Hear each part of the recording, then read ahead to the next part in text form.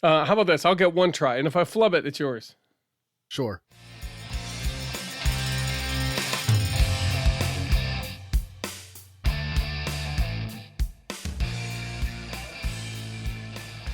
All right. Welcome back. It is the Aviation RC Noob Podcast. All right, that was terrible, my guy. Episode 72. Going big? Or are we going home, Joe? Well, I'm already home, so. Well, good. I'm glad you're home safe. Did I mess you up? Did I mess you up? Oh, that's okay. I was. Well, then you get it. You bring it in. See what happens. I see the intro music rolling twice for this.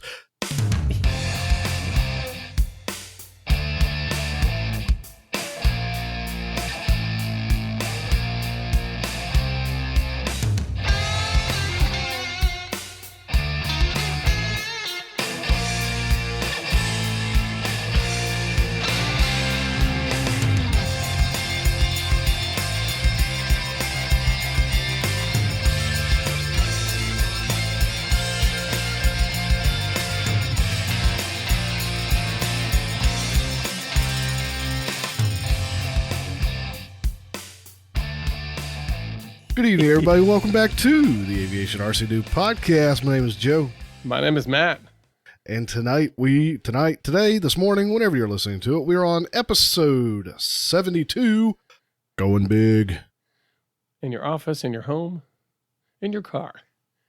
Wherever you are, we're there too. Yep.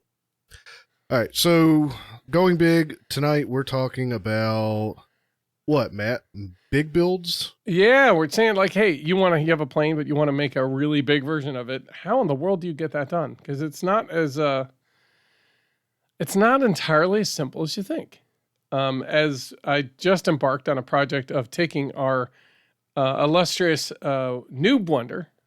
Thank you, Spawns, for pulling that design together for us, and thanks Flying Tiger for making it look sharp and having it available for everybody to make it a 1930s racer plane. So we kind of came up with the idea like, hey, we're going to bring all these out to Flight Fest and we're going to do a big combat together with whoever's got a Wonder. And I'm hoping to see a bunch of Noob Wonders out there with to join us while we fly. But one of the things we've been talking about is it's just something, I didn't see too many giant planes. And I wanted to create and bring a couple big planes for us to have in combats. Mm-hmm. And as we know, we're doing a Noob Wonder combat jumble. Let's make a big Wonder. At least a fly-in, and then everybody gets the chance to have their planes, because we'll launch it in a combat. So yeah, whether it's a dedicated combat or whether it's just, hey, we're all flying. As I understand it, there will be a number of Wonder jumbles, which are basically Wonder fly-ins. And that I think might include some Barons. But they'll be at certain parts in Flight Fest. It's already been kind of decided, or at least that they're set aside sometimes, which is cool. So with that, I'm like, well, why don't we build like a really big one? And you're like, what kind of big one? And I said, like 300%. Because, 200% isn't big. It's like a large Because, Ethan sent us these little motors. Well, no. And so we were talking about that. I was like, well, wouldn't that be cool? And we talked about it in a build night. I was just kind of rolling around like, well, wouldn't it be cool if we made it big? How big would big need to be? And, in the background is the Cluracan, which is a 9-foot model, 9-foot wingspan, right. 9-foot thing. And I'm like, it's a lot sturdier than I think. I think I might be able to make the whole thing out of foam, all this kind of stuff. And he's like, if you made your Noob Wonders like really big, like that kind of big, like 9 or 10 feet, I'm sending you something. And he sent us, and he followed up and he did it. He sent a giant, I'll call it a giant scale motor. Basically it's a 435 kV motor. It's like a 41, oh shoot, now I'm going to have to go find it again. Anyway, he sent us a very large scale motor that'll swing a pretty good size prop, I think 15 by 8 or something like that. Did he send one or two? And he sent two. He sent two setups, including a 40 amp ESC, because it runs on a 6S, and the more power, more voltage you have in it, the less amperage you need to use to to get it to spin, and it generally spins a little bit slower, but the extra cells help it kind of spin fast enough to create the thrust. Now, these motors pull about, according to their tech sheet, about 10 pounds of thrust, which is a lot. It's nuts. For us, park flyers, that's ridiculous, which is really awesome. So I'm like, okay, well, let's see, they are 50 KDE 4215 XF-465s. And they 42 millimeter wide cans. Yeah.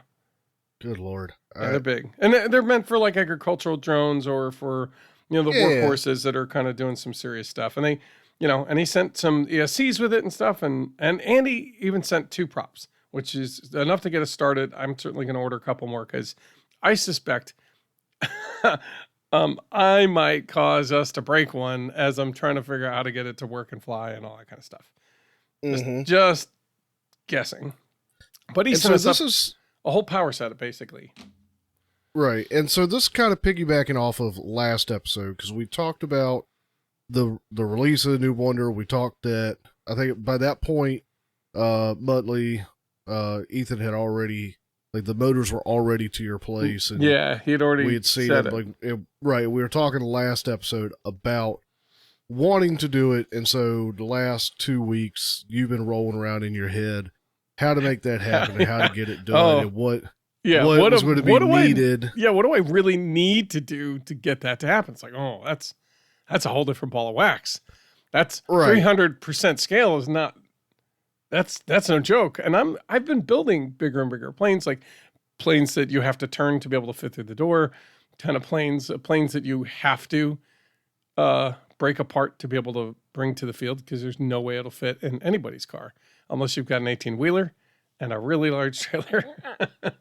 you know? And so that, that process, it seems, kind of spawned this episode of, well, you've already had to go through all the mental gymnastics and you've got more to come of what's going to have to be done and what things we have to take into account.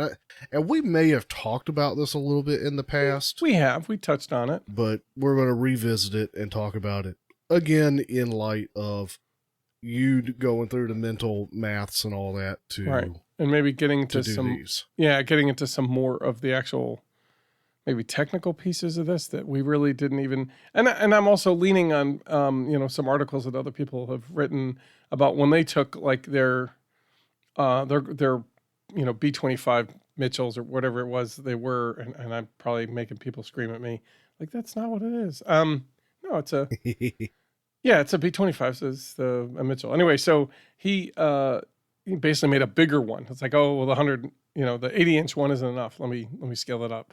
Like, what do you mean 80 inches isn't enough? This is ridiculous. It's huge.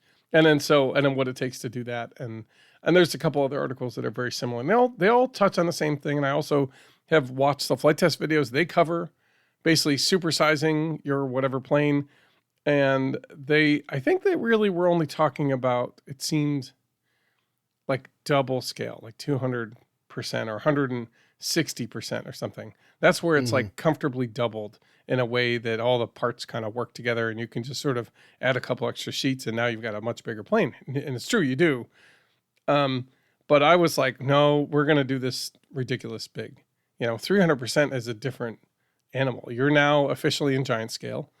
If I recall right, giant scale is, I think the wingspan has to be over 80 inches or 90 inches. I think is what we figured out.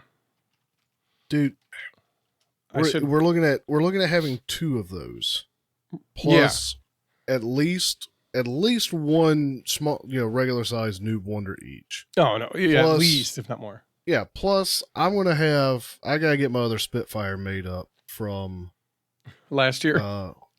The other one that I didn't build. If I hadn't flown it before we go, I'm gonna want to take the 7. Mm-hmm. And that'd be good if you get it going.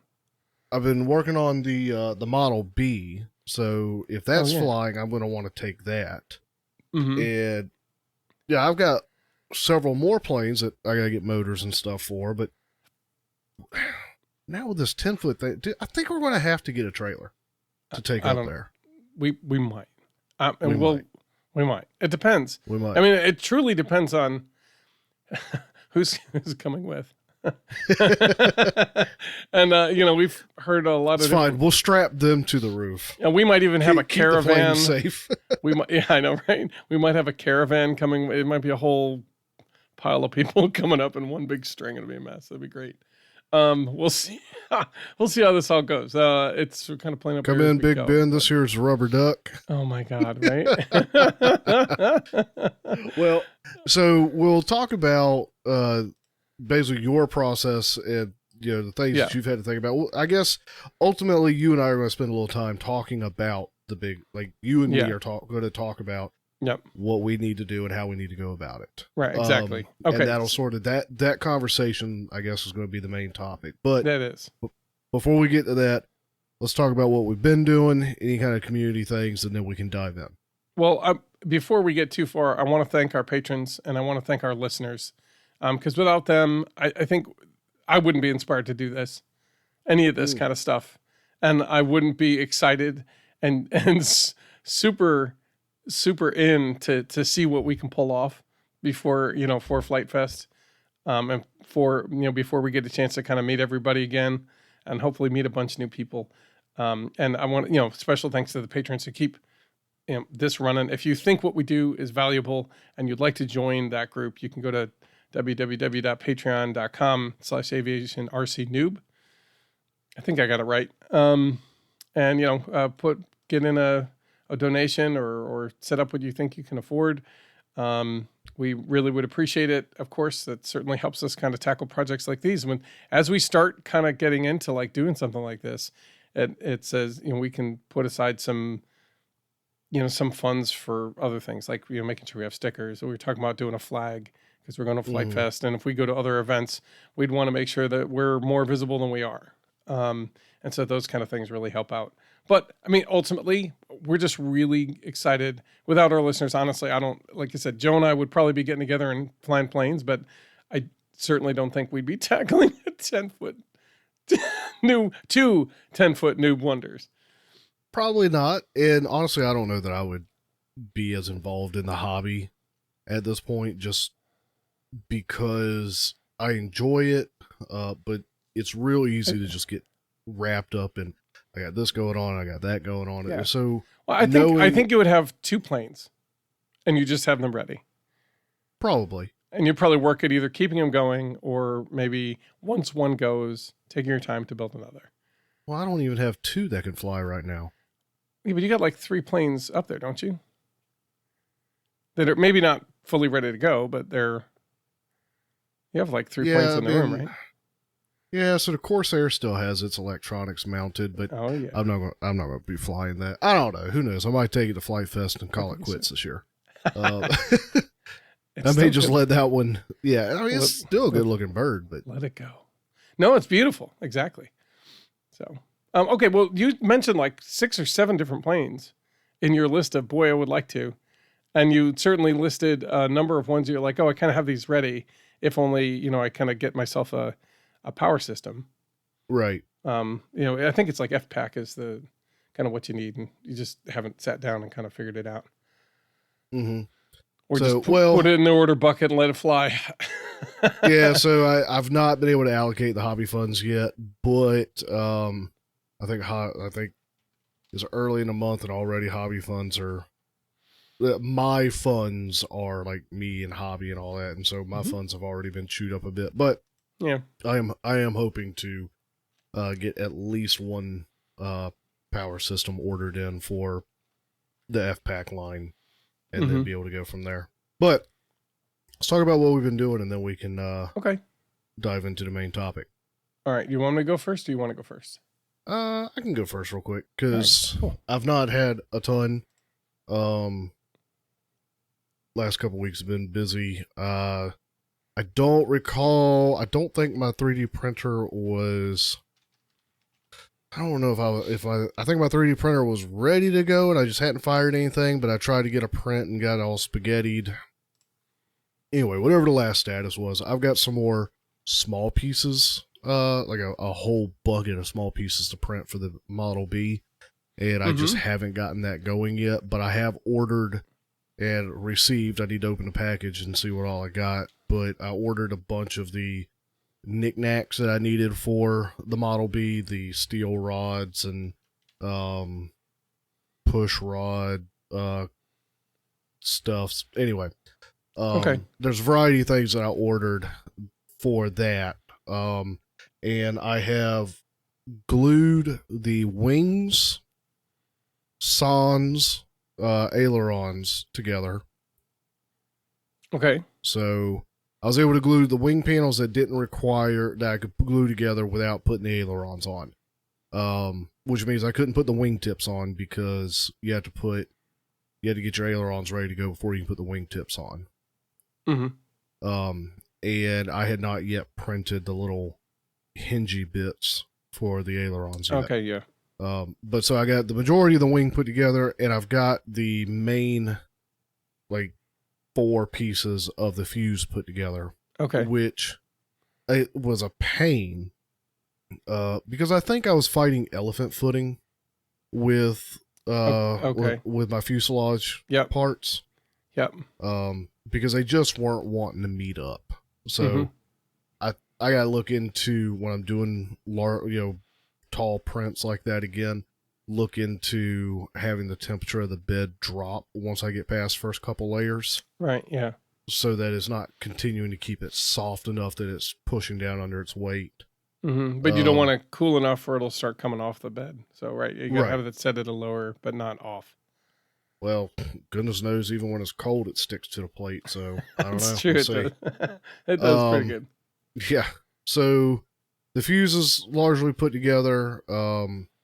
Some of the fuse parts were just like, let me break these tabs off and I'm just going to glue it together and just throw the CA to it. So it more looks like my fuselage was welded together in pieces than being a nice smooth go. And the nature of the Model B, because they're doing such thin walls on the fuse to save weight, is that in handling it, I split some of the layers. Okay. It split along the layer. Right. Yeah. And you're like, so yeah, so I Time just to took get some CA. CA and kind of bridge that gap. And I have found that I need to, like, those areas I need to let cure on their own rather than hitting with the kicker. Because it seems like the kicker causes it to, like, texturize and bubble almost, is what it seems like to me. Okay. I could be wrong, but I felt like I was able to, like, thin smear it and let it cure on its own, and it didn't seem so, like, weld seam effect. I got you. Yeah. Huh. More experimentation needed. Yeah, definitely. Well, cool. Yeah, that's I'm sorry much what I got. Didn't get further with it, but at the same point, like, it sounds like you haven't given up, and you're still making progress. Slow. It's a little bit more stop-start kind of progress, but I feel like that's almost the way with, for me, that's the way with the 3D printer thing. I guess it's not the part of the hobby that gets me as jazzed and as excited as the RC stuff, So it's like, oh, I do the 3D printed thing because I have a need for the RC thing. It tends to be more the focus for me. So I'm not always as in it. So it always seems to me more stop-start. But maybe that'll change when I start printing an airplane. I know when I sat down and printed the tank, I mean, I was about it and on it for that, for the 2 weeks or whatever that I was printing parts and keeping up with it. So. Well, I often forget. I'm sitting here on all this Depron. I know, right? Yeah. Haven't taken the time to start that process yet for the F-16. Yeah, go do that. Or the 22 or whatever the plans were that I downloaded. Yeah. I can't remember which one you grabbed specifically. I know you grabbed the F-16, but I know you also grabbed, I think you grabbed more than one, I thought. So I don't remember. Absolutely. I mean, you should definitely do it. I've got the tile plans sitting here printed out. I know, out. Do it. What? With what time? With the time you make.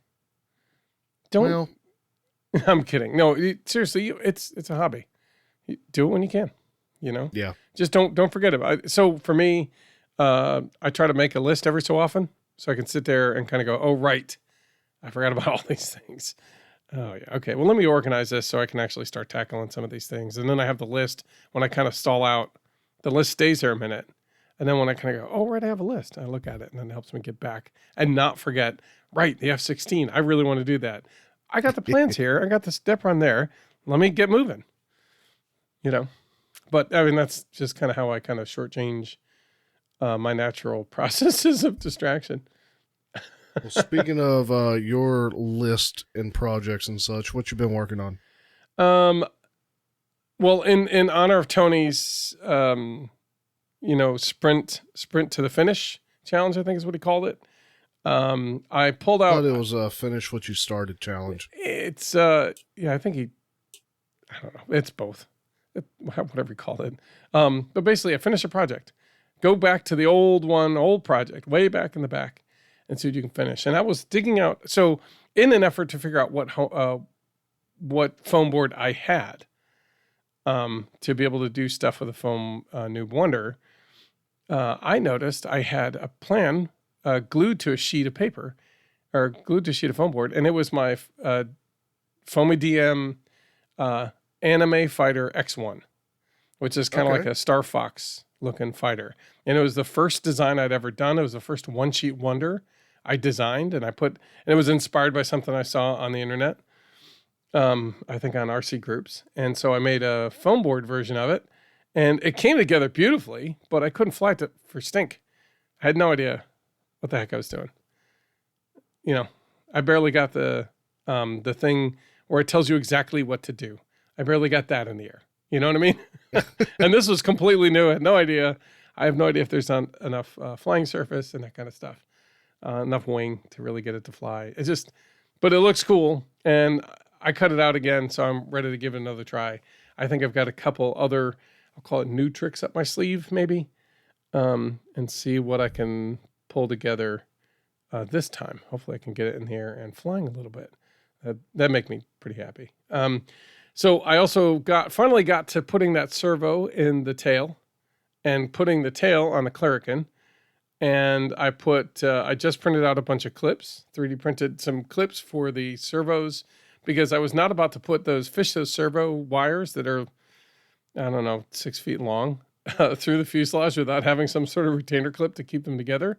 So I don't accidentally pull it and I'm like, oh shoot, I just disconnected everything. Time to do it again. Like, no, I'm going to put these on first. So I did that. And if I didn't mention, I had ordered a Carbon Falcon, to my buddy Mayan. It came in, and so I was pulling out some of the parts and I was looking at it. So I've started that build, but I've also kind of put it aside because, as we'll discuss, a very large plane like the 300% Noob Wonder takes up a lot of room.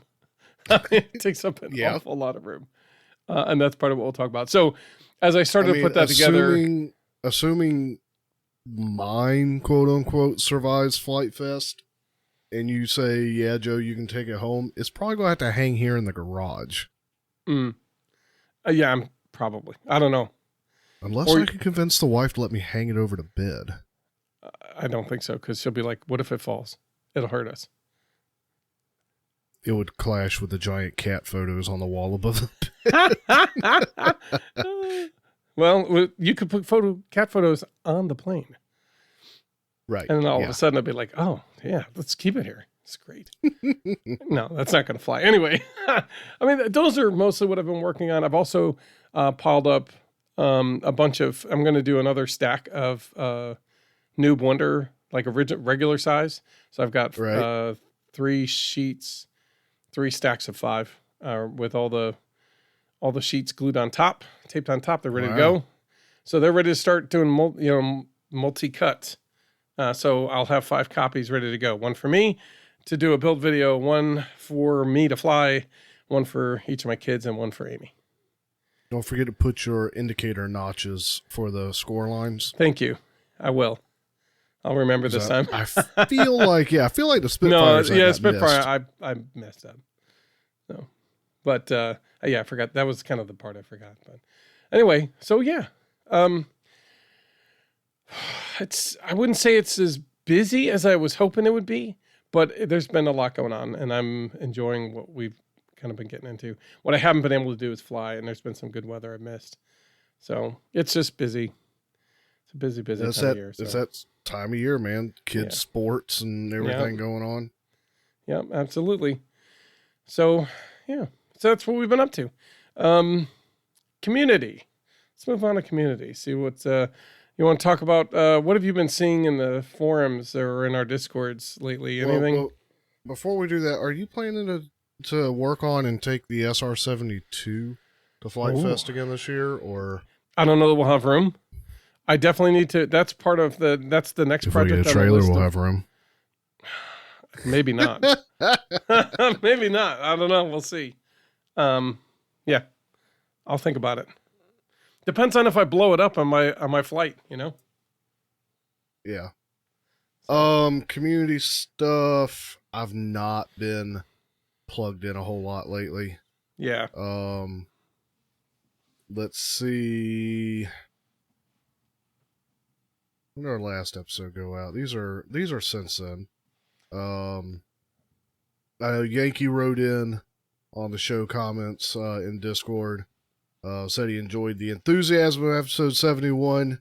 Had a lightness and fun element that was very encouraging. Says with the new Wonder being available, the momentum towards Flight Fest 2023 is getting palatable. Good job, fellas. Well, thank you, Yankee.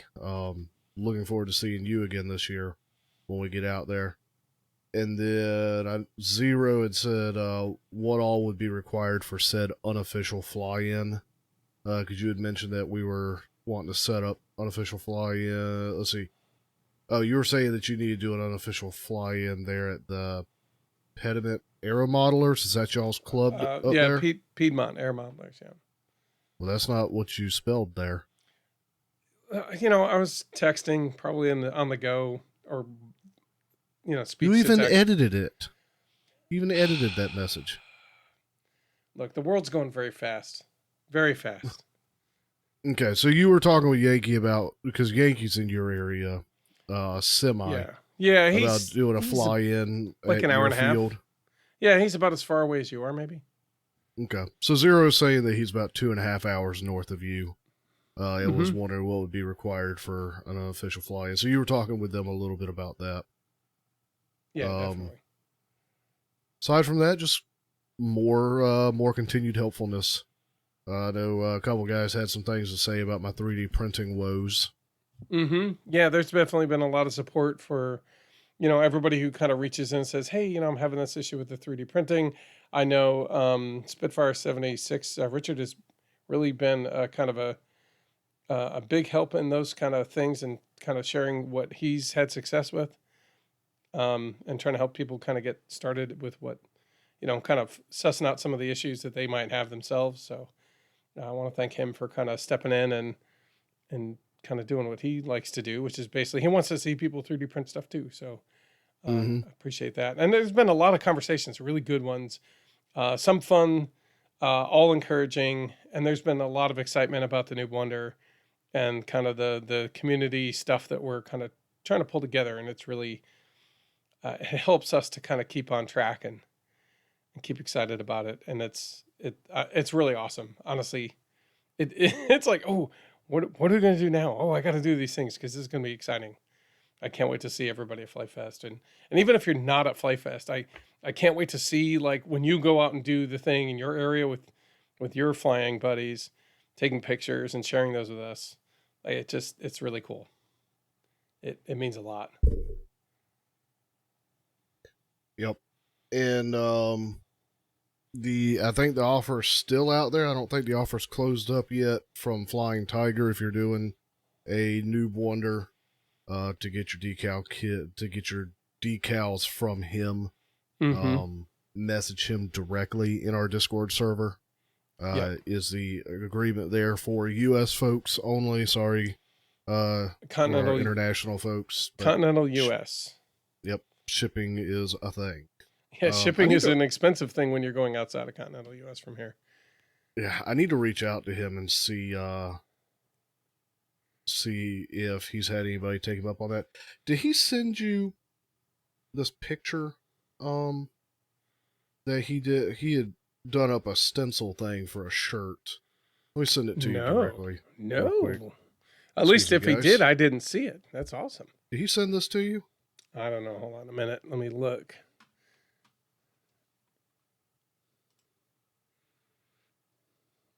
No, that looks amazing. Did I lose you? No, that looks amazing. I'm still here. Bueller. Uh-oh. We lost Joe. Oh, Joe, are you I'm back? I'm back. Discord's being crazy tonight. I love that. that. So, I love that shirt.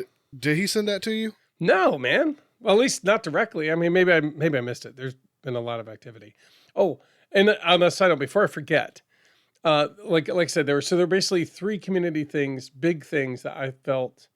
Again, kudos to or big thanks to Spawns for talking to us and working out our idea with us and making this a reality. To make plans, make them available, and be excited that other people are getting on board to help do the things. Thanks to Tony for the decal sets, and then also thanks for the Hang RC, who has he's got a vacation plan, so he's got to kind of put things off, but he has opened up pre-orders, and I believe he has a laser cut file. He's double checking now before he goes. So when he comes back, he should be almost ready to send them out. So you'll have them. Maybe not by the first time we try to build these, but definitely in time for you to build one on your own, and enough time. I think we have 2 more build nights set out, so you should be able to get them in time to be able to join us in one of the other build nights, the later ones. Nice. So yeah, big thanks to Sam for taking the time out of his busy schedule to kind of help us put this together, make speed build kits available if that's what you need. If you're the kind of person who has a lot more money than time, that's definitely your alley. Yep. And then you've got some other special thanks here. One being Ethan Jacobs or Muttley for the power systems. Thank you again. I know we've already talked about it, but just as a follow up and staying with our notes, thank you for those. And Rara SVT, who's his name is Brian. Apparently, he lives really close to Windcatcher RC, and he's good friends with Lee apparently over there. And those guys have been arguing over who's going to be the one to send over some things to help us put a solid spar in the plane. My original plan was to put one of those aluminum broom handles that you get from the Dollar Tree, and that was going to be the spar. And I was going to kind of put it maybe 1, maybe 2. I was going to kind of see how they felt. I was going to kind of mount them and then see, is that something we're going to do? But anyway, so they're sending that over our way. So Windcatcher RC is definitely an unofficial sponsor of the RC Noob 300% plane. So we thank them for helping that happen in a big way. And then I'm thinking, if I can, we might just do a fly-in the sense of like, hey, meet me out of my field on this Sunday, and you'll be my guest for the day, and we'll goof around having a good time. Anybody who's close enough to make it. Yeah, anybody who's close enough to make it. And then I'll figure out what dates kind of make sense, and we'll go from there. Yeah, and to know if you're close enough to make it, you live in Fayetteville, North Carolina. Fayetteville, North Carolina. So that, and it's technically, I think, in Wade, but it's where 295 and 95 meet is pretty close to where the field is. So take a look at that. And if you think you're close enough, you can PM me in the Aviation RC Noob and you think you want to join us, you're welcome to do it. And then we'll set a date and let those people know. And then you've got a regulations section here, which we did a little bit of reading on beforehand. Yeah. And I don't fully understand it all, but it's got some big implications for Canada. One last thing before in the community, I wanted to give a big shout out to Terry Dunn and a big kudos, round of applause to the RC Plane Lab podcast. Tom and so Terry has written up their ElectroStreak contest. He kind of wrote it up in the AMA magazine. Oh, nice. Yeah, so he's at least there's an element in there, and it's their logo is like one of the, you know how they get to choose a couple pictures for their article. One of them is pretty Right. much like there's their logo, like there's a podcast. Go listen. All right, so Terry Dunn's the guy we got to pay off. That's Understood. it. Apparently, I didn't know that. I don't know what I know. If we got a lot of really old, unique kits, I think he can be bought off that way. But I'm not sure. We got to figure it out. Anyway, Terry Dunn, if you're listening, Terry's a great guy. We really, honestly, I think that's awesome. I really appreciate that you're helping highlight the community, podcast community, not just in your guys. You have an awesome podcast yourselves, but that you're willing to kind of reach out and include the other guys like us, like Tom and Ron and us, and just kind of bring us around. So, yeah, really awesome, very cool. Nice. So right. Now on to less fun things, regulations, and then fun things again. We'll go back to fun things. All right. So before we go, and this is at this point it's old news because it's almost a month old, almost a little over a month old. Basically, at the end of February, or maybe at the beginning of February, there was a letter written in Canada. Written by the MA, Model Aeronautics Association of Canada, MAC, which is basically the AMA of Canada. It basically wrote a letter say, hey, everybody, we need to stop flying for now because Transport Canada, who's in charge of, they're kind of like the FAA up in Canada, they need us to kind of suspend our operations for now while they figure some things out. And they're going to go around and basically recertify fields, starting from easiest to go to more to hardest ones. So there's a number of fields that happened in December. I thought that happened a little bit before December, maybe in December. Okay. And I think I might have commented that stuff's happening, but I wasn't really sure what. Yeah. So they all kind of got grounded and they were going along and everybody at first was alarmed, but they're like, well, I guess what was happening is there were some violations, in the trust, I guess, that MAC has with the TC, Transport Canada. There were some things that are happening near aerodromes, which is basically near airports, and near fields that were adjacent to airports or close enough.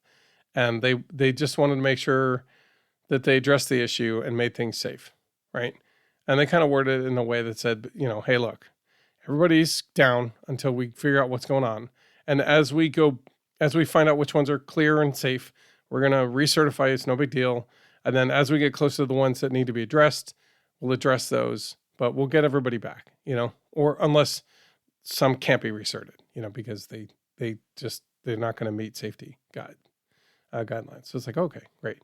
Mm-hmm. But they're so what MAC did was much like AMA is doing with the CBO and basically saying, hey, we'll just be an organization and you authorize us. And then as long as people fly within our rules, you're cool with us doing, flying under these basic guidelines, which is similar, very similar. I think, Joe, do you have the list of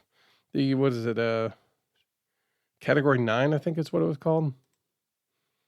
So Canada, Transport Canada's Part 9, so MAC, which is MAAC, Model Aeronautics Association of Canada, and this is a loose understanding with a few minutes of reading before we turn the mics on. Part TC, Transport Canada, Part 9 is like our Part 102, right? Here in the U.S. And Part 9 essentially makes all, and they refer to it as drones as well. All drones, whether commercial or recreational, they are the same. If it's above 250 grams up to some other weight that I forget. If it's above 250 grams, 7.5 kilograms, recreational, it doesn't matter. It's treated as basically a commercial craft.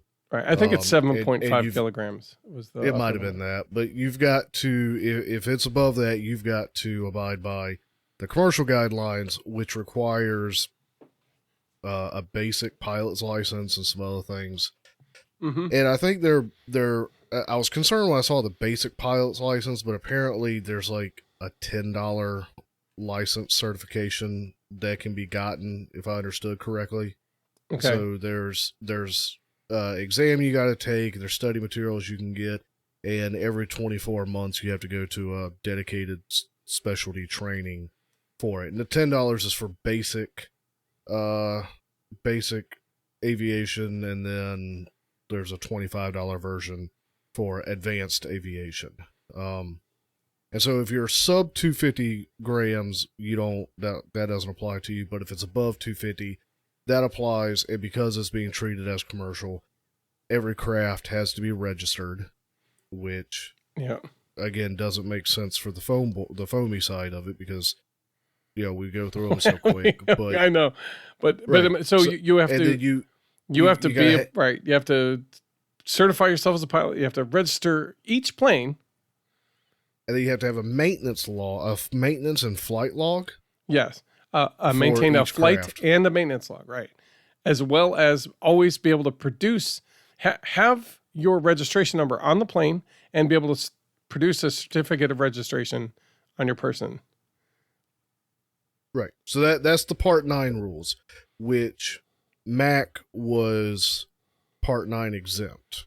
It's sort of like, it's basically say, okay, if you're flying for the AMA, you're exempt from, Part 102B or whatever. Right. If you're outside of your airfield, you need to follow these strict guidelines. But if you're flying in your own field and it's a designated area where we know you do the things, just fly under their rules. As long as you're being safe, and they've got their own set of rules, which is similar, but it's obviously, I'm imagining you don't have to keep a flight or a maintenance log.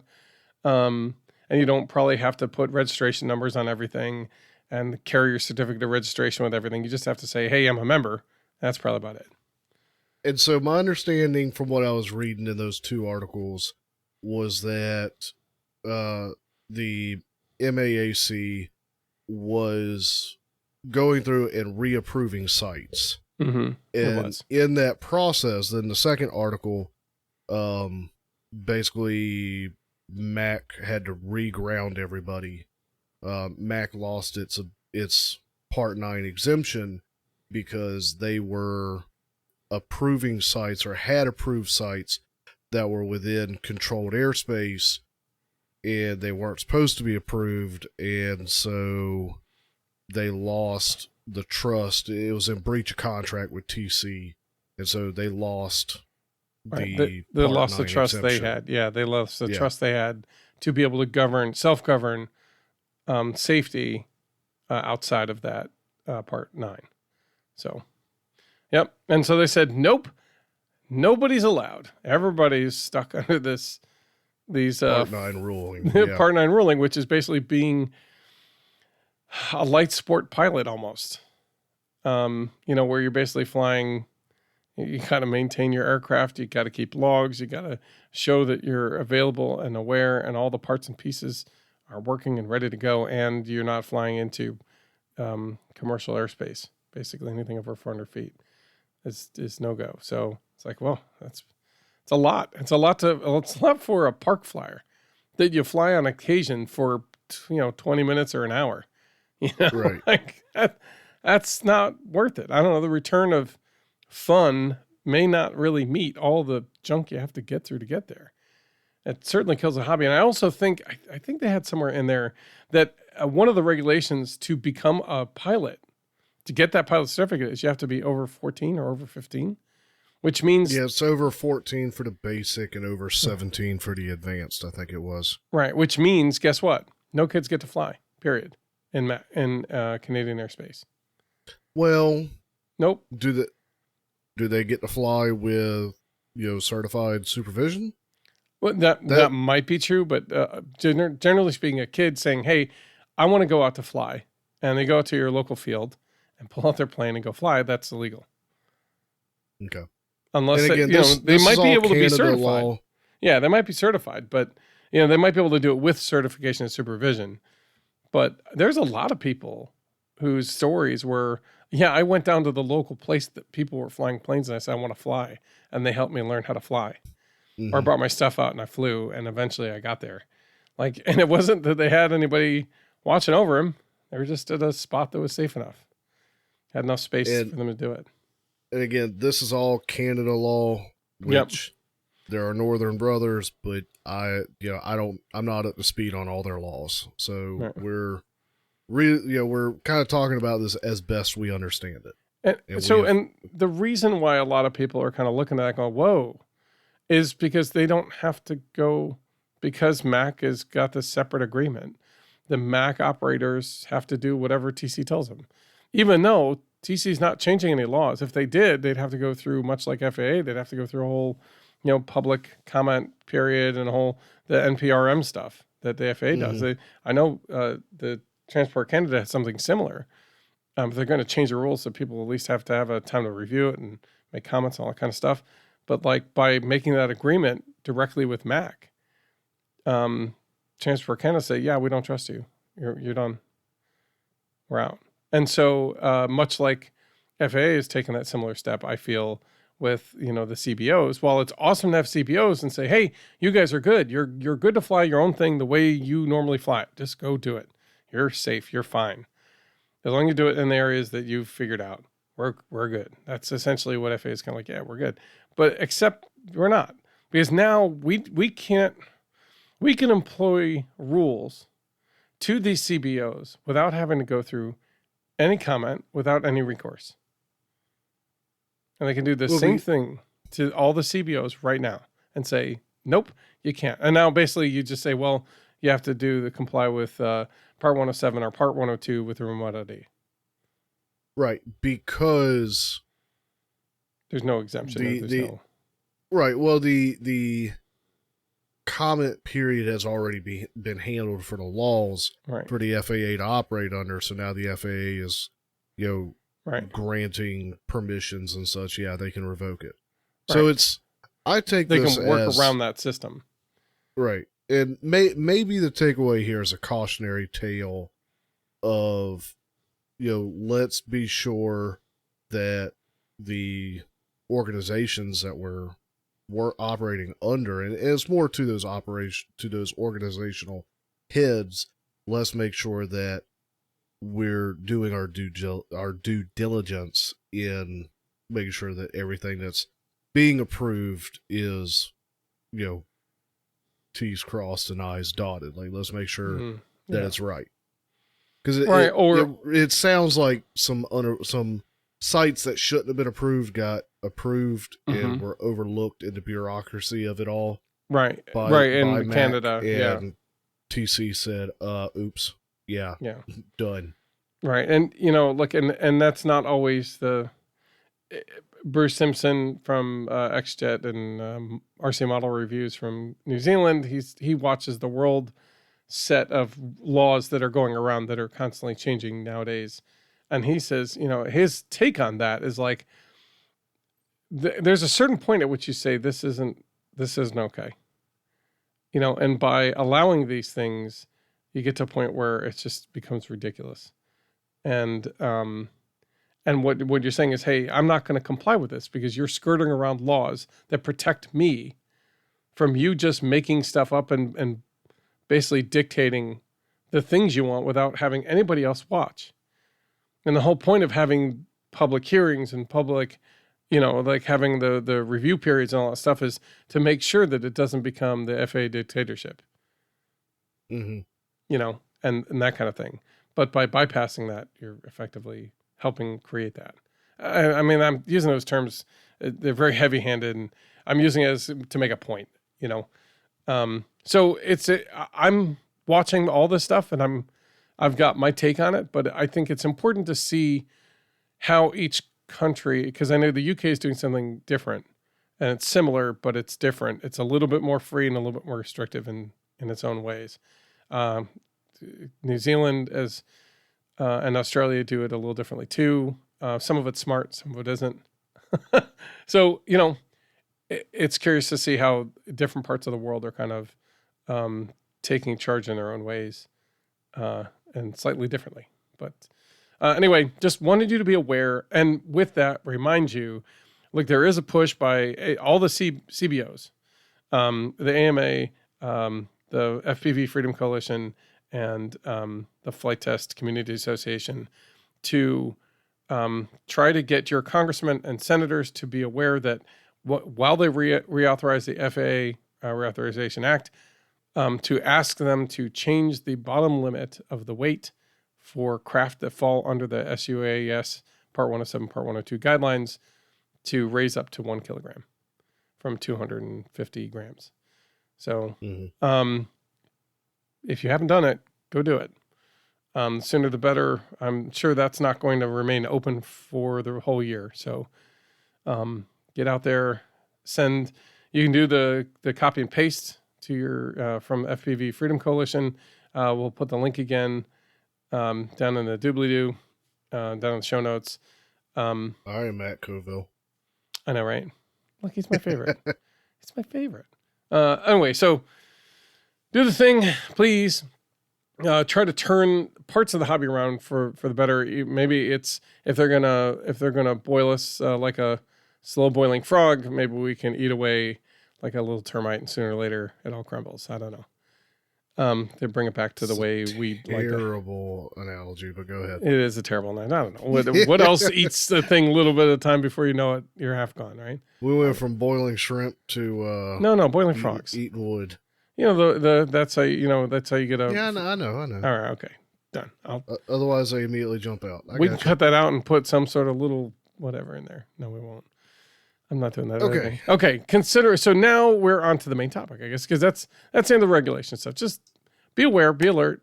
Watch some of your favorite YouTubers and see what they're saying about the RC hobby, because most of them are bringing it up, and at least be aware of what's happening and inform yourself.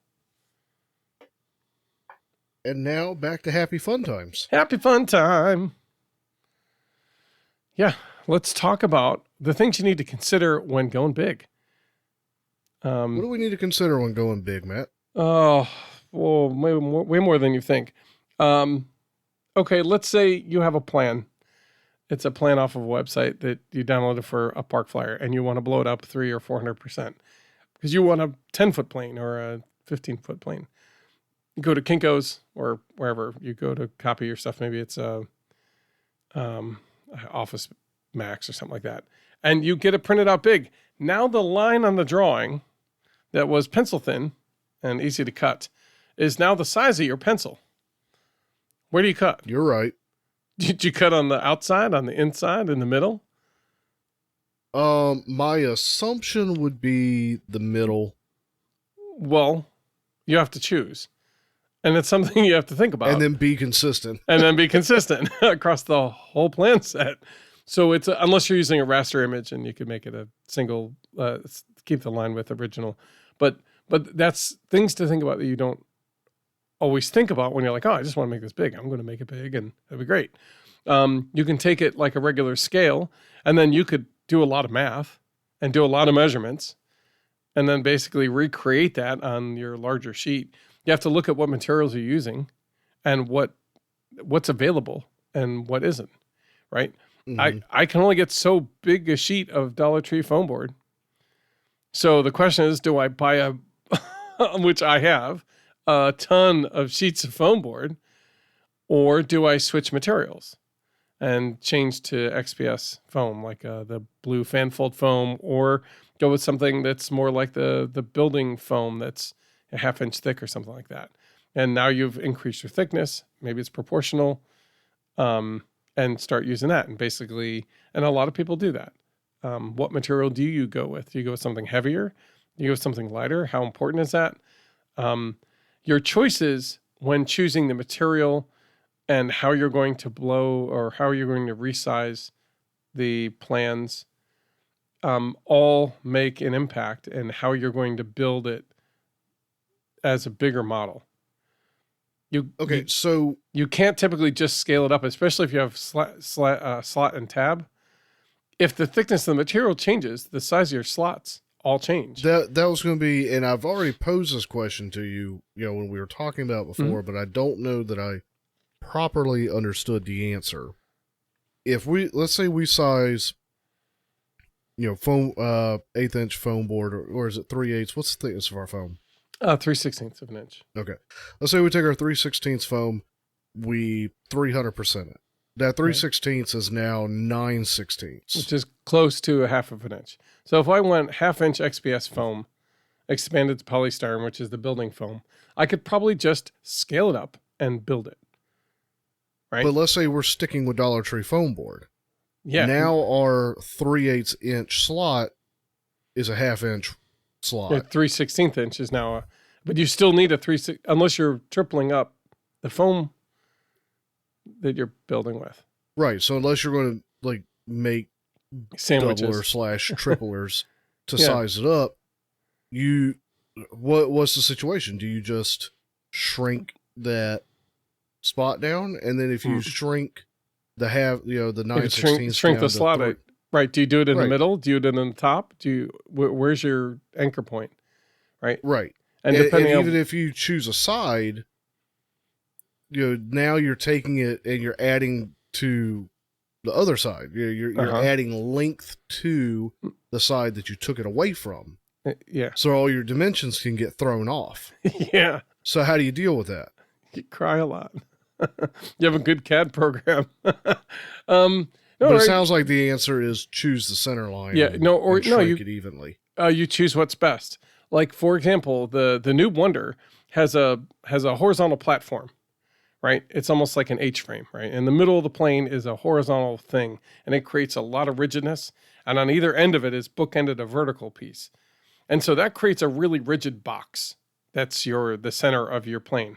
And that tabs into a double thickness wall of your fuselage. So now you've got this giant sturdy box. It's really good. When it's 300%, I'm not sandwiching, what is that, 6 pieces of foam together to make the wall? I'm not going to do that, okay? So now I've got to choose a different way to stiffen it.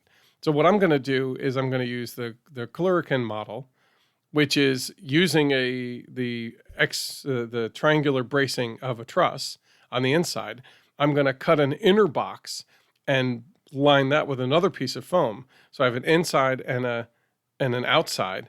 And in between that is almost like a trussed grid that creates the rigidity and it creates the torsion resistance. But the inside is a nice lined foam box that we can easily put a battery in, put an ESC in, snake stuff wires through, but it's going to have a thickness. And that's based on the thickness of the truss edges. I'm going to cut out basically like a hollow part in the truss, kind of like with a Cluracan. I cut out the center to make it lightweight, but the edges and the corners, the squareness of it and how it was glued in made the whole box, that whole giant 9-foot fuselage, rigid.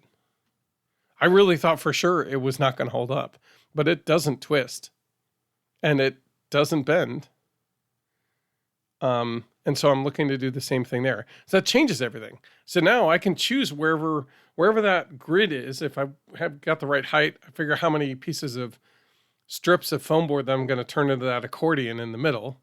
And then however tall that is, when I kind of have it lined out, that top, that's where I want that horizontal piece to be, because I still want one. It creates a lot of rigidity. It's a little bit more weight because of the glue. But wherever that sits, that's where I want the slot. And it's 1 foam board thickness. I don't need more than 1. And still keep it 1. The truss will give it the strength it needs.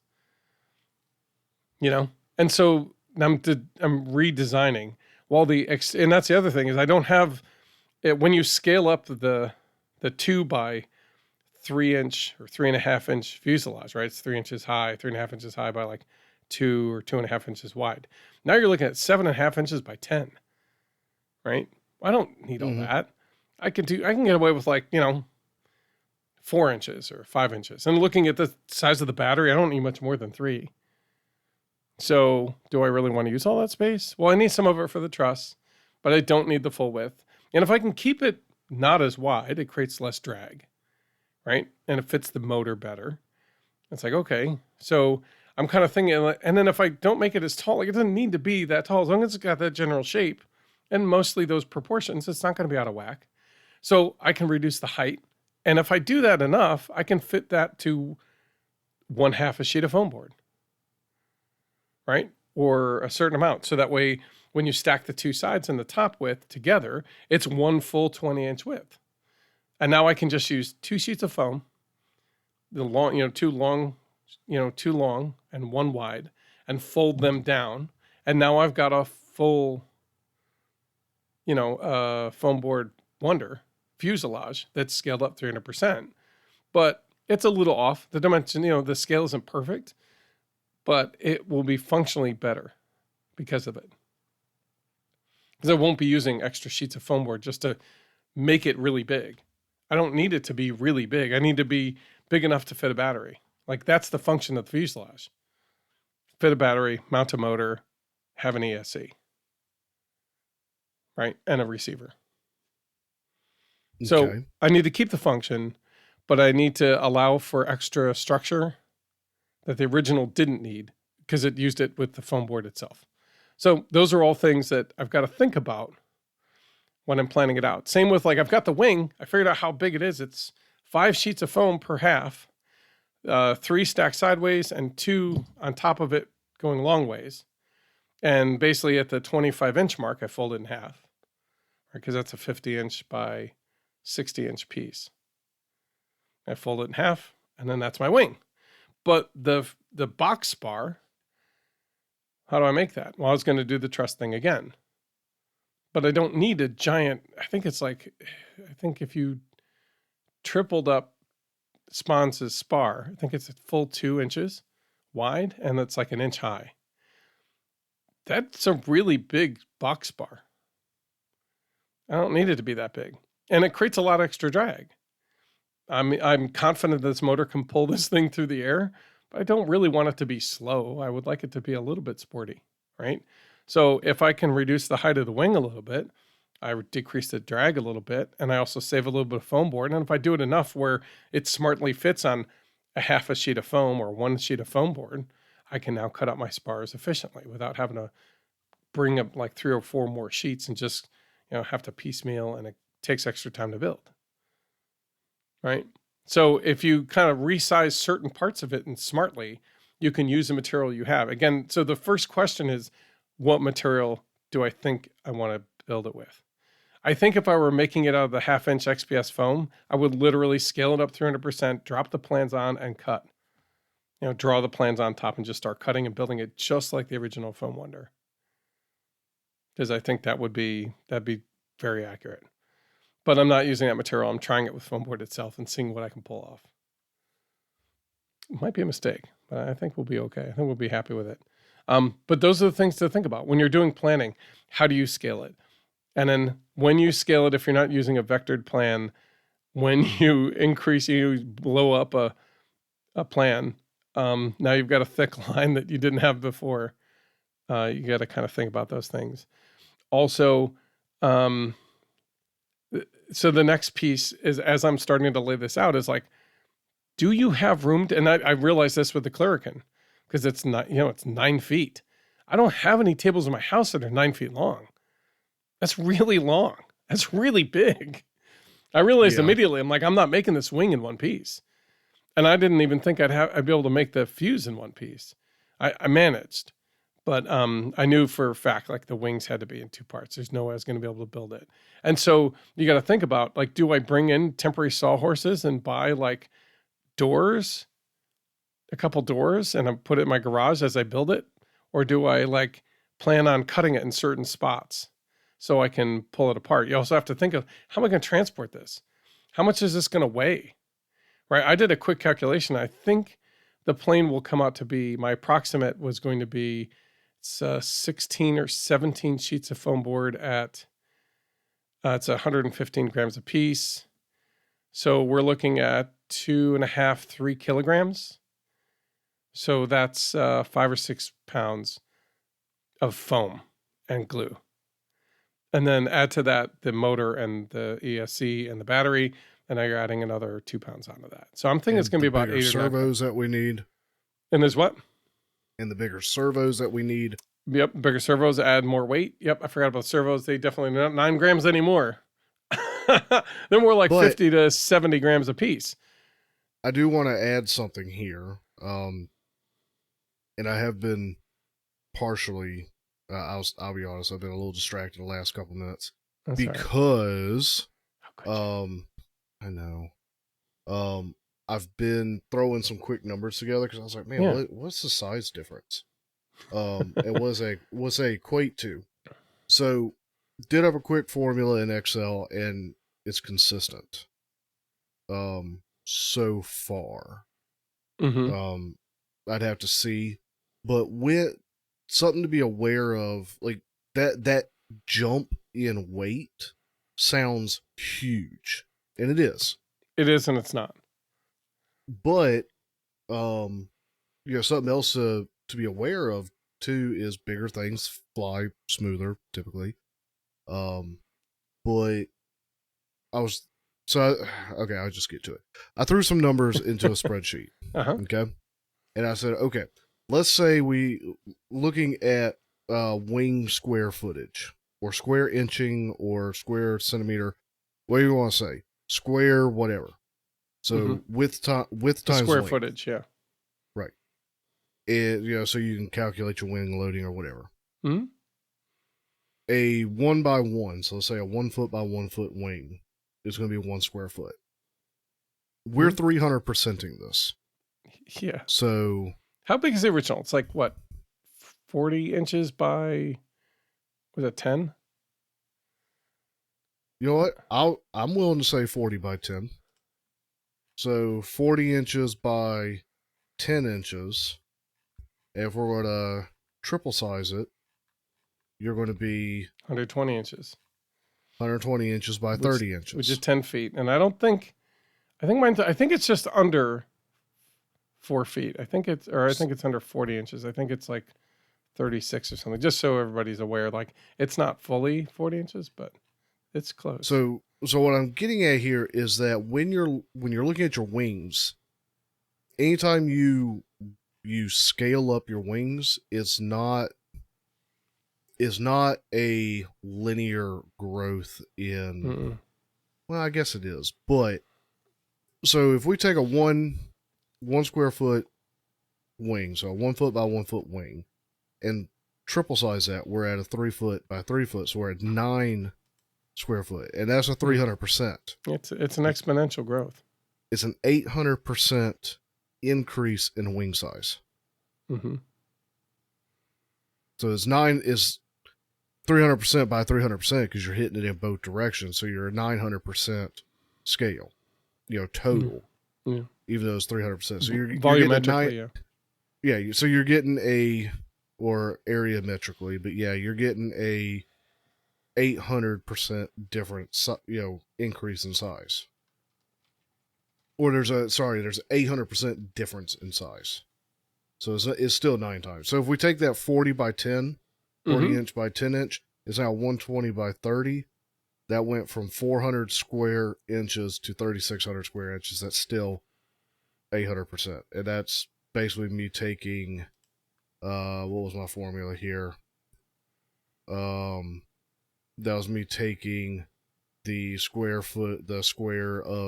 size of the increase, subtracting off the original, and then dividing by the original. So it's taking the difference between the two and dividing by the original, and then multiplying by 100 to get your percentile. So okay, yeah, anytime you're tripling, you are tripling. You're 9 timesing your dimension. If you're going to say go 2 times, so let's say, let's just to make it easy, say a 2 by 2 wing, and you're going to 200% it, you're at a 4 by 4 at that point. Yep. Now you're at a 300%. It's a difference. So a squared exponential growth. Right. So 200% and 200%, 400%. If you're going to go 150% scale, then you're at a 300% total or a 200% difference. Mm-hmm. So as we're increasing this weight, your wing size, your lifting body, the amount of wing space you have is huge, which induces a ton more drag, but a ton more lift. Yeah. Right. You don't need, and that's the other thing is that's a factor we'll talk about in just a second. Matter of fact, I don't want to. We have a little bit more to talk about how big it is and some other factors you need to worry about. But basically, yeah, you need to. No, that's together, important. so. It's important to know like the power and your weight, how it flies. Like you need it to weigh a lot because what happens if it's really light, if there's a cross breeze, forget it. You're done. You're not gonna be able to control that plane. You need the weight to be able to cut through the air and the turbulence and the general, ever changing nature of wind. When it changes direction quickly for a short minute, or if you're trying to land and it's it's cross breeze, good luck landing that successfully because it'll float on forever if it's too lightweight. Right. So that's something to consider because you can build it really big, but you're going to also have to build it really, consequently it's going to be heavier and it's almost going to be, if you don't pay attention, it'll get way too heavy. And if you aren't careful enough, you might get way too light. If you're trying to go light, then you're just going to get carried off. And excuse me, the opposite end of that, sure, you don't want a cross breeze to grab you, but also because of the material and the relative inexpense of it, I know that you and I will fly in crosswinds that we don't care. I know would ground, say, like Ron and Tom. Yeah. Oh, yeah. In a heartbeat. But I mean, their planes are exponentially more expensive. So there's that benefit. But yeah.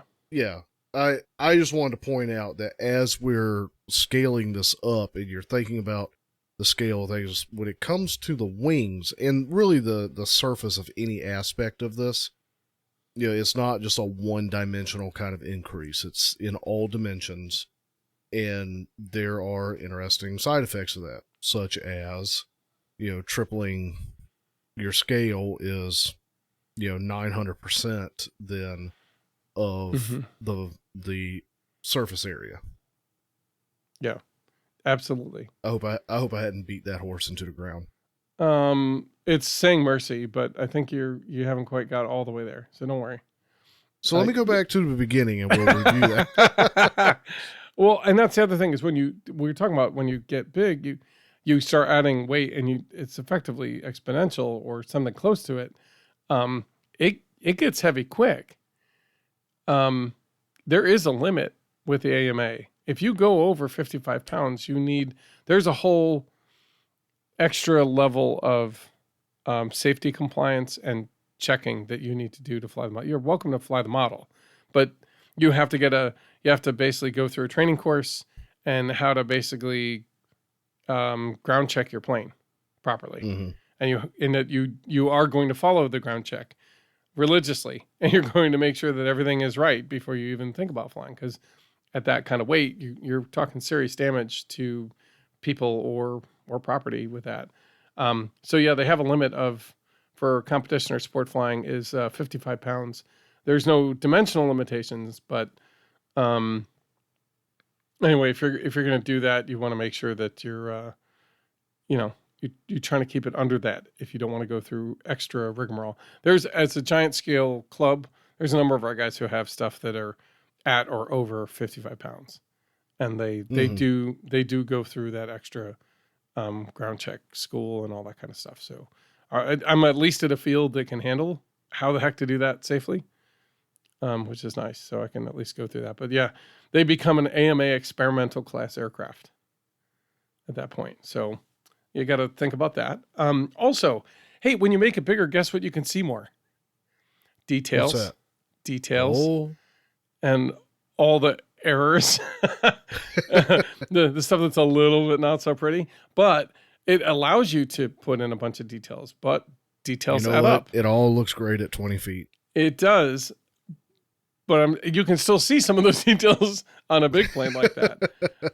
So yeah, cowls and canopies and hardware pieces, landing gear, all that stuff. Like it starts adding up weight wise as well as cost. And most things aren't available, so they have to be one-offs, or you have to find them somewhere else. I don't know where you'd find it, but like landing gear, you have to probably make custom. That doesn't happen right away. It doesn't. If you order it, it's going to take some time to get to you. Same with the cowl pieces and certain unique pieces that make your aircraft yours, like that it's that kind of aircraft. Now, the new Wonder is essentially it's a brick with a wing, you know. I mean, no matter which way you shake it, it's a planker. It's a pretty straightforward thing. So making it bigger doesn't really need any more details. But the details I was thinking about adding, which is something you would do for a little aircraft anyway, is potentially put in lights in there so we can fly it at night. That gets more expensive because instead of using one string of lights, you're probably going to need 3 strings of lights that are 30 feet long, because you need to go, you need a 10-foot string for each side of the wing and a 10-foot piece. Well, yeah, about a 10-foot piece in the fuselage. That's one 10-meter section. And if you want another color, that's the front, the back. Yeah. Anyway, you'll need at least one full string of lights, if not 2. Burn up my hobby budget for the next 6 months with this plane. Anyway, my point is those are things to consider. But the other half is, and what we touched upon is, okay, let's say you've got the space to build the thing and you've considered how you're going to move it around in your house. And is it going to be because at about like 35 or 40 pounds, a lot of guys are like, yeah, you better consider that do you have somebody to help you move this? Because at 35 or 40 pounds, because if you ever picked up a bag of cat litter, trying to hold a plane out that's a bag of cat litter will bust you. Yeah. As a person in no time if you don't have a helper, right? If you can't break that plane down into manageable pieces, you have to think about that and you have to plan it into your build. And do you have the vehicle? What size vehicle do you have to bring it places? If it's not big enough, maybe this is the plane you want to build. You got to think about that. Do you have a pickup truck? Do you have access to one? Do you have a trailer? Or like me, I've got a minivan, so there's that. But it's not unlimited. I can't just throw any plane in there. I mean, I can almost throw any plane in there, but I can't throw a 10-foot wing in there and hope that I'll be good. Okay. No, but you know what you can do, which is what I did with the Nubatros that did become the Nubatrosity. So I'm glad that I stuck with that. I'm glad you did too. Is I took my 10-foot wing and made it to 5-footers essentially. Mm-hmm. Right. Well, that's the thing is that's what you got to. And some planes will basically have a center section that's built into the fuselage, and the wings will come off from like a 2 or 3 inch standoff from the fuse, and then the wings go out from there, and that's where they split it. So they have a main fuse section with a little bit of wing, and they have the rest of the wing, so that all the pieces are relatively small. I've even seen planes where like the whole back half of the plane comes off because the fuselage is just too long. Yeah. The fuselage is usually 2/3 of the wing, but sometimes that's still too long. Clerken's really long. I honestly should probably split that in half. Depending on what you're building and how big you're building it and what sort of transport you've got, you need to take those things into account when you're at the mental math, jotting, things down on a piece of paper, figuring things out to say, are there any modifications I need to make in the construction of this thing so that I can take it apart into the reasonable size pieces so that I can do this. So I can bring a fuse apart into 3 pieces, a fuse that wasn't originally designed to come apart. How am I going to take it apart? How am I going to build it so it can be taken apart? How much weight are you going to add to retrofit it? Might be a problem. Right. But I mean, the good news is you're scaling your wings up, so you're getting huge amounts more wing surface for lifting. Yeah. But I digress. No. And that's the thing is I did a quick calculation based on 8 or 10 pounds of plane. With that wing size, I'm getting about 6 ounces per square foot, which is way under a trainer plane or glider. Glider is 10 ounces per square foot. So that thing's going to float. So I will likely have 2 batteries purely to bring the weight closer to a glider and not have it be some ridiculous, super, super lightweight thing that's going to be a problem to fly. So what you're saying is we'll be able to throw it up there, set it at 15% throttle, and just hang around forever. Nice. Yeah, that's the plan. And we're going to have little miniatures up top there. They're going to be one's going to have you sitting up there in the cockpit, and one's going to have me sitting up there. I don't know how. We're going to figure it out. Let's see. So now, well, with all that excess power, this is dumb. I wonder if it would be possible to string. This would be crazy to try to launch. But if you so you know how like the high start will do, like the nose release, the nose drag. Yeah. No, that's the high I know start. you started doing the mental process on that. Yeah, no, that's not gonna. Oh, would I be able to pull other planes up? Sure, probably. As long as the wing isn't too draggy, we could probably rebuild the wing. Maybe. With the carbon fiber spar, we could probably rebuild the wing and make it thinner. Well, the Noob is a puller, right? It's tractor. It's a tractor. Yeah, so we just center. But I was about to say you just tie it all into tie it off the rear of the plane, and you'd have to do landing gear to drag it and get it up to speed. But yeah, but then you're shifting your whole center of gravity. Exactly. You're adding all that. You want to take it from the center of mass and release it from there. Ideally, which isn't easy to do. So there's some ways to do it. Ron and Tom actually covered it a little bit because they talked about doing something like that and the issues they had. So maybe when we start playing around with that, we'll learn from them and see what we can teach. Well, no squirreling on my part. I'll let you finish up. That's okay. And that's the other thing is, when you're flying big, a lot of people are like, yeah, flying big, it's heavier. It doesn't respond the same to the wind. It seems choppy air is smoother. But you have to have servos that are big enough to move the control surfaces. They can't be overpowered. Your control surfaces have to be rigid enough to be able to not flex, right? And they can't flutter. That like now you're getting into some serious forces on those things, and I can't just be like, it'll be fine. Like, no, you kind of have to make sure your hinges are solid. You may have to make sure all the parts and pieces are good. Yeah. So there's a lot to consider. And it's not all terrible. It's not all hard to do or expensive. You can do it cheaply, but it has to be thought through.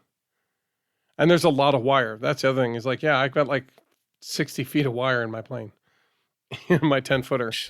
Jeez. And I'm like, wow. And then there's like, and we have like 3 different power packs and we have a bunch of different Y splits. It's like, whoa. I don't think we're going to need that. I just don't. No, hopefully we'll be able to do one motor each. And, no, it'll be like a normal deal. Yeah. So, yeah, I mean, that's the gist of it. I'm sure we've missed something or multiple things, but yeah. Yeah. I don't know what to tell you. There's a lot to think about. It's worth the effort up front to pull it together. And I know that I'm going to get through some of this and I'm going to have to rethink it. Mm-hmm. I'm just going to have to. Which means we may revisit this topic to say, here's what else we learned in the process that we should have thought of beforehand and didn't. Mm-hmm. But, and by we, I mostly mean you. Yeah, most of me for now. But I know I'm going to be bouncing stuff off you. You're a good thinker. And you and I have a different way of going about a project. And that's kind of why we work really good together, because there are times that I'll be bouncing off a thing here and there. And you're like, whoa, hold on. Let's go back to this thing in the beginning because we really need to think it through. And I'm like, no, we got all the thing. It's fine. It'll be great. And you're like, no, let's go through this one thing because we really do. I'm worried about this one thing. We need to go through it. And we do think through it. And between you and I kind of hammering out all the issues we worry about and coming up with solutions, we end up creating a pretty successful thing. So I'm pretty excited to work with you virtually ultimately through this. Hopefully we'll get a couple times here and there. Like I know this week is a vacation week for the kids. I might be able to get to see you. I might be able to get out to, if you're free, and we'll talk outside of this, but I might be able to get to see you in the next week, or a couple weekends out. Yeah, but I say this weekend. No, this weekend's busy. It's the one after. but next week we're actually down in Florida. Oh, nice. Seeing the in-laws, and then Jealous. the following weekend is the first LARP event of the year. Oh, But I will say, if we can't do it between now and then, you'd have to come down. But there is a weekend in May, the May LARP event. I'm on call that weekend. Okay. And I couldn't get the schedule flipped around. All right. So you could come down. Just if something happens, I gotta roll. Yeah, I'll be doing my thing. Yeah. Okay. You could hang here or you could roll with me, either way. And we'll have to see how that goes. I think that's something we should try to plan on. So, yeah, because right after May is June, and that's time to go. Right. So what I found was interesting in this article, and this was done a little while ago by somebody who won Top Gun for a 10-foot B-25 Mitchell. I'm paraphrasing, but it's pretty close. He said that basically, when it comes to the power and weight, we talked about the weight, but he said like the power is like at that size, really the only thing that's worth doing is gas, and he goes, I just like to keep it simple, some simple 2-stroke engine, and just have it be reliable, and it's a powerhouse. It'll be fine. Now, that was over a decade ago. I mean, most of these things he's talking about are all true, no matter how old it is. But nowadays, the electric motors that are out there, and again, the ones that Ethan sent over, I mean, they're more than capable to do the job that we need them to do for this project, for sure. Yeah, electric motors have come a long way. Mm-hmm. Electric power systems in general, yeah. So I'm eager to see. And the batteries. Yeah, that's what I'm saying. Yeah, the whole power system has really just come up on it. That's pretty good. So, yeah, so there's work to do.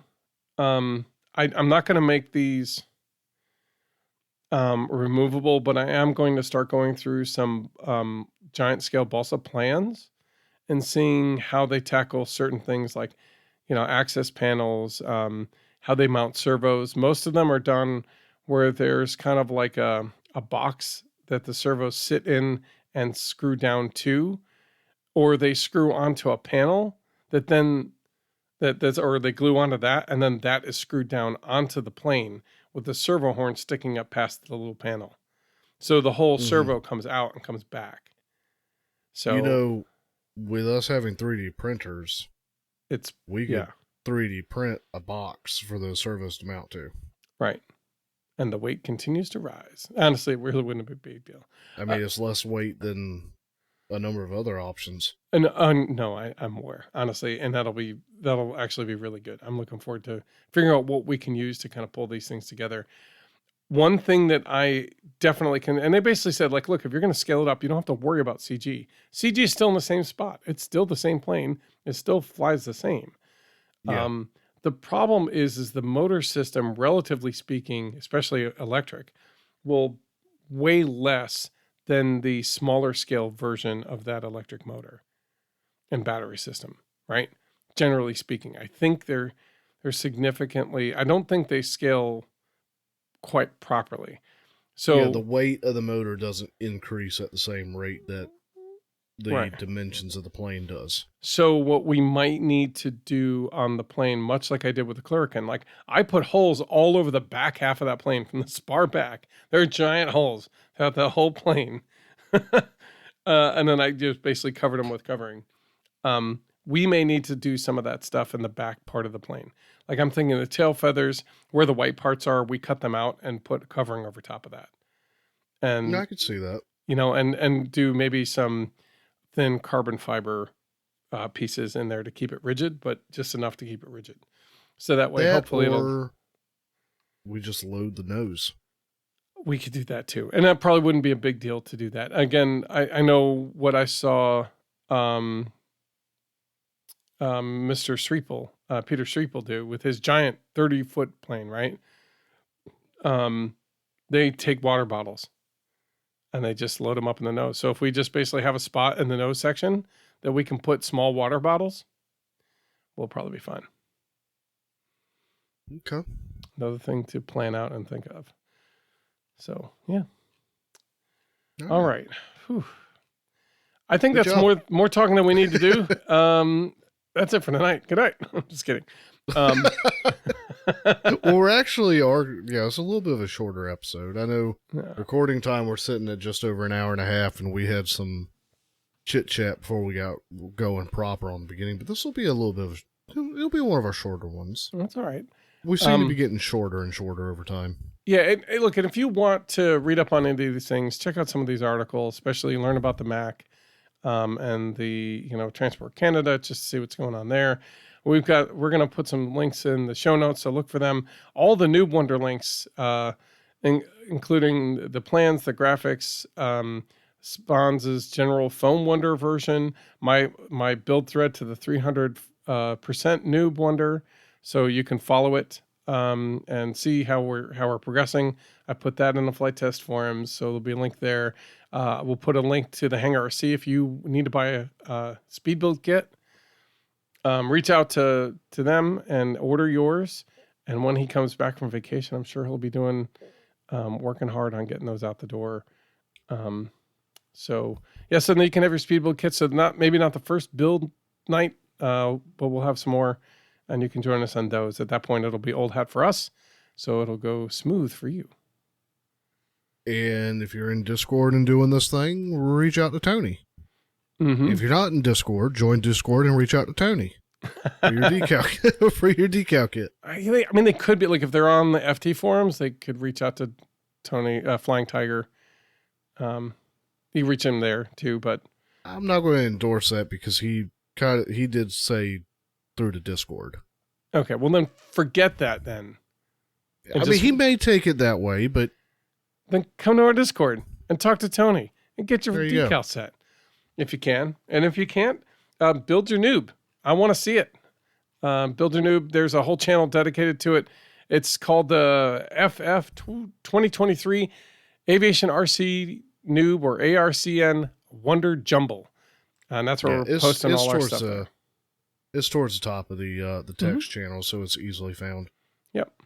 So we look forward to seeing you there. I can't remember. We need to look for, when is the next time we're going to meet? April 15th. April 15th. Saturday.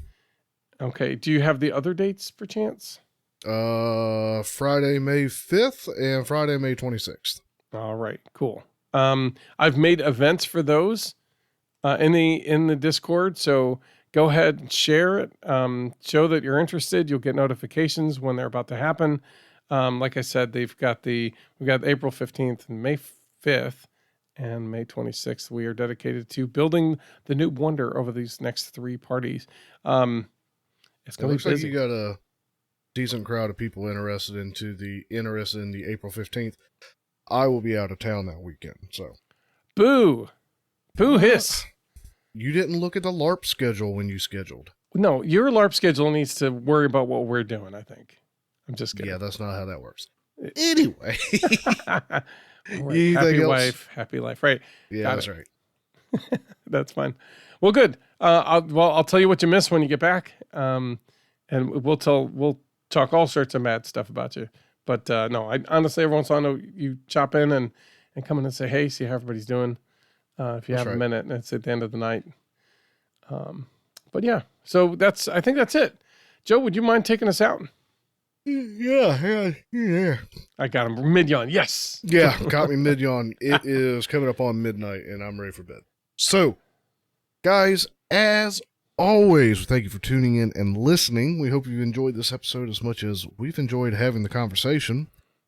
Also, Matt, I found out why I had to gain, not that I told you, I found out I had to gain my mic up earlier, and it's because my laptop microphone settings were dialed back. So, okay.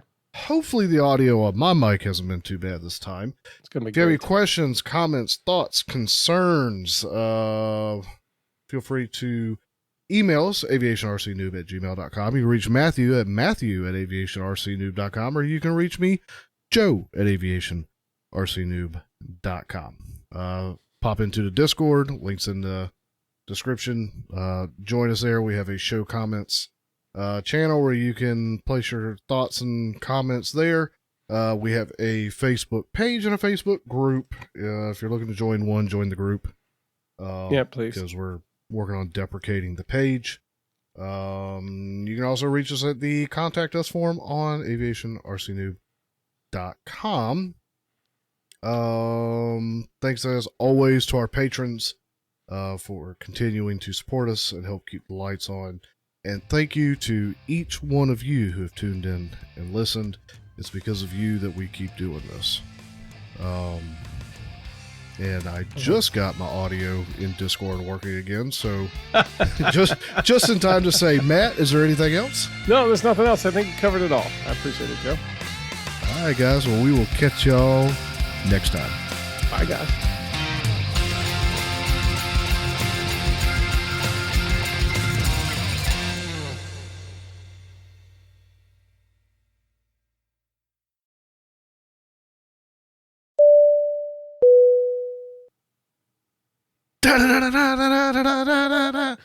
Make sure it's really loud. That's right, just for Tench.